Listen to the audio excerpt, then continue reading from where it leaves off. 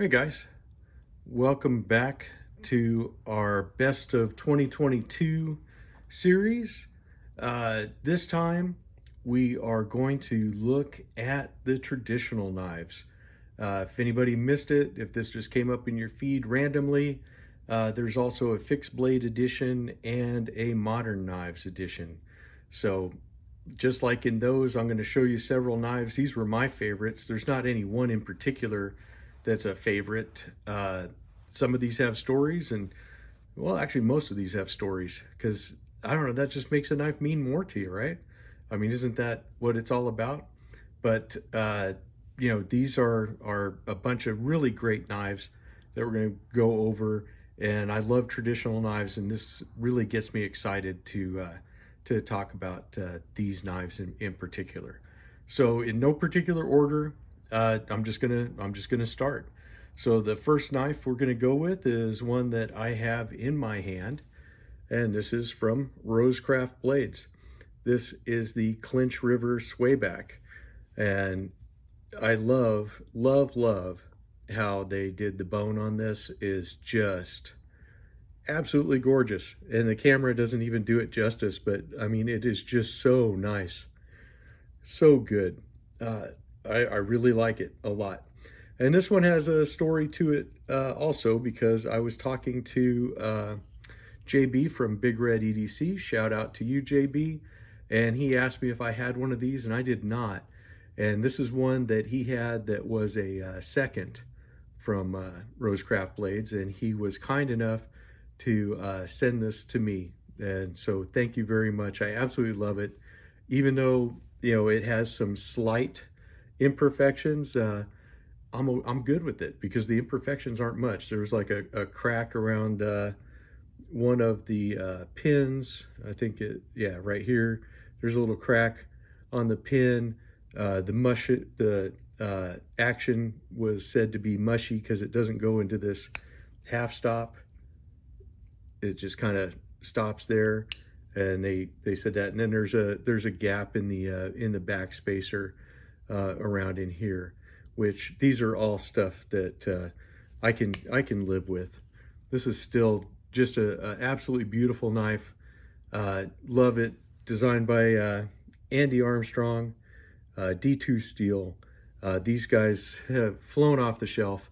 I think they're still waiting on getting some more of these, but I think this is probably their most popular traditional knife. I could be wrong on that, but if I am, let me know in the comments, anybody that may know that kind of stuff. Another great knife with a great story is this one. This is the Taylor's Eyewitness Barlow, Sheffield, England. I love the way that they did the bolster on here. This knife was gifted to me from Patty at Patty's Potato Peelers. Thank you again, Patty. Still absolutely love this knife. I never use the nail nick on it. I just pinch it open. Very nice, strong pull on it.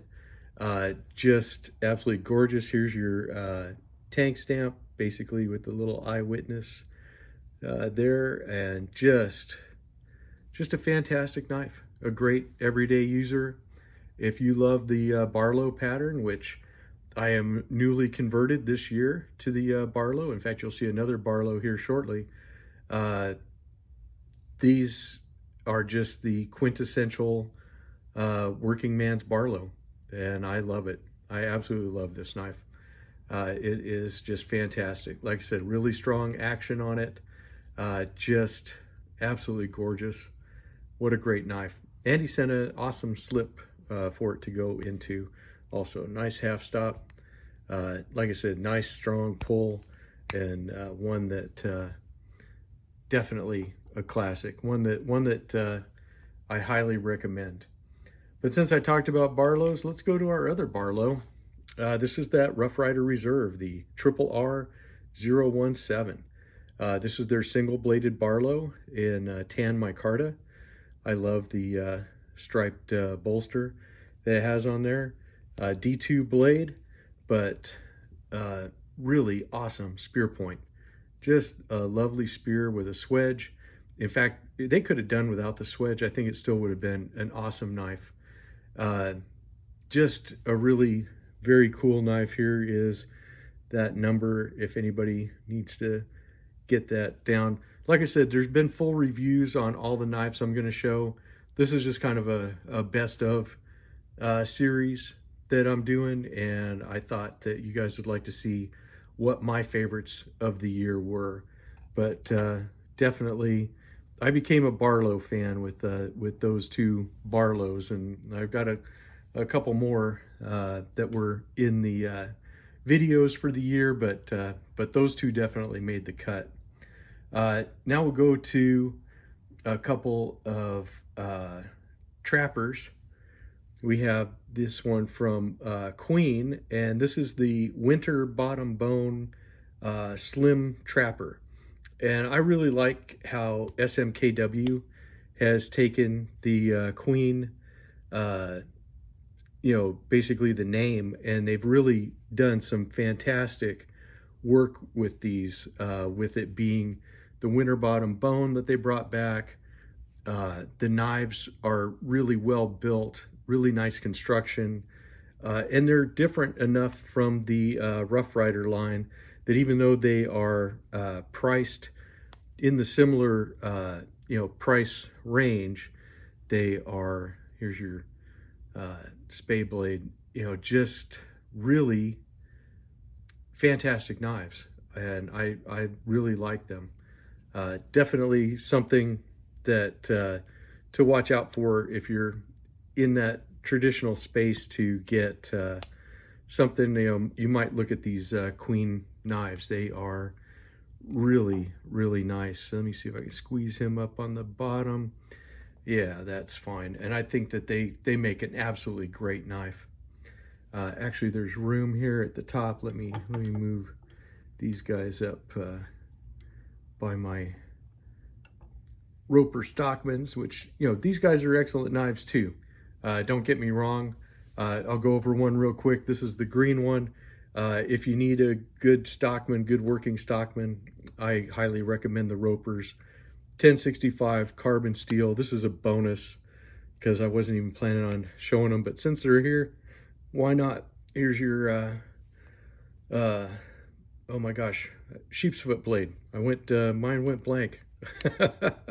This isn't part of the script. What script? Yeah, that one.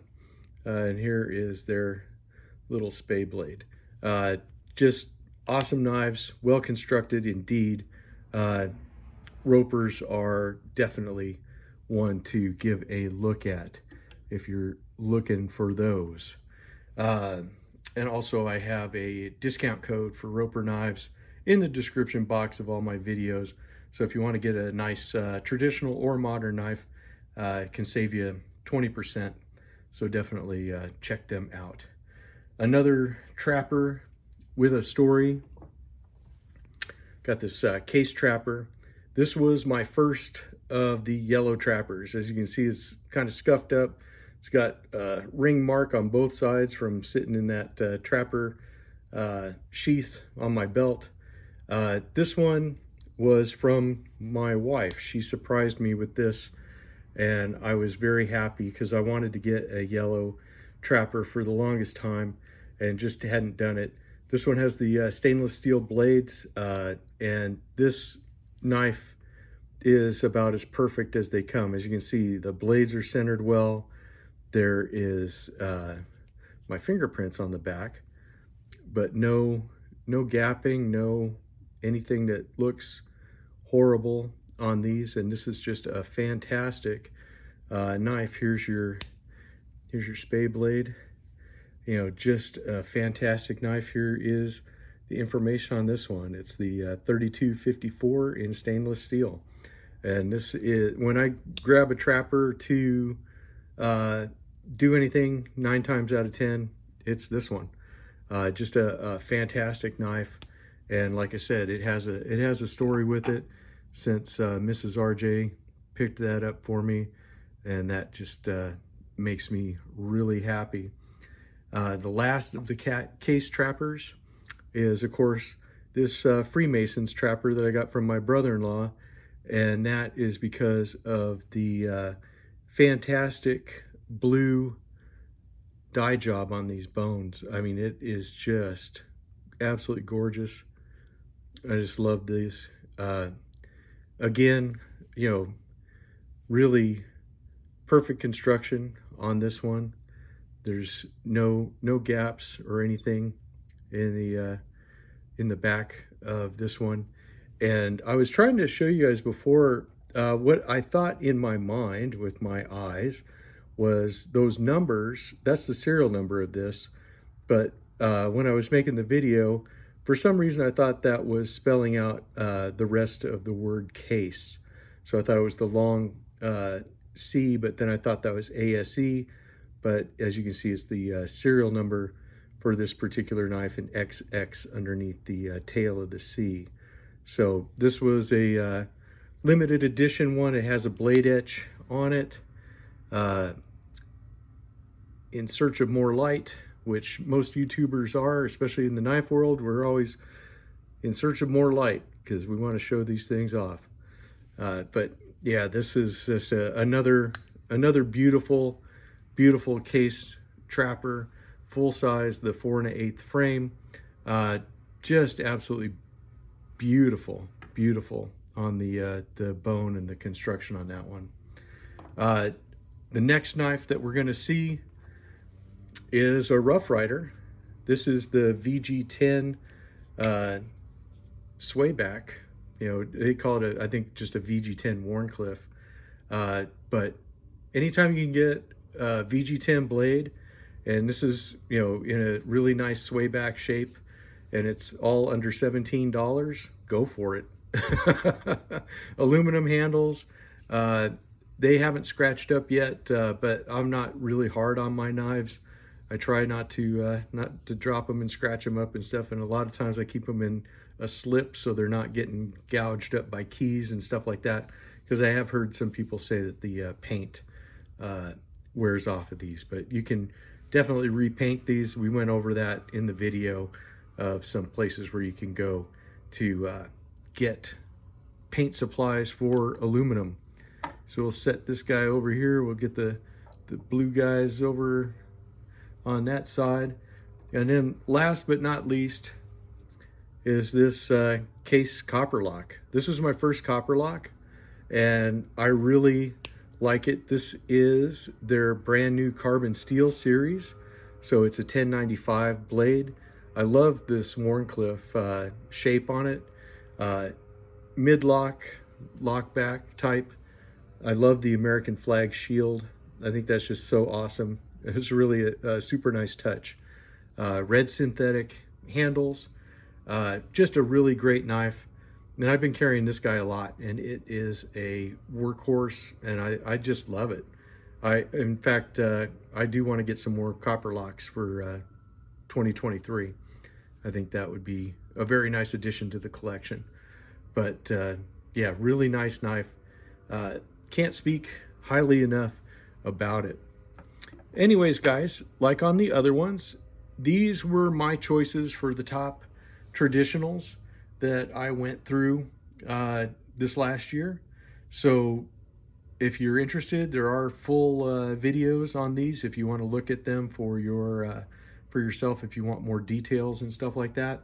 But definitely check these guys out. If you're in the market for traditional, these would be the ones that I would say are the ones I would point people towards.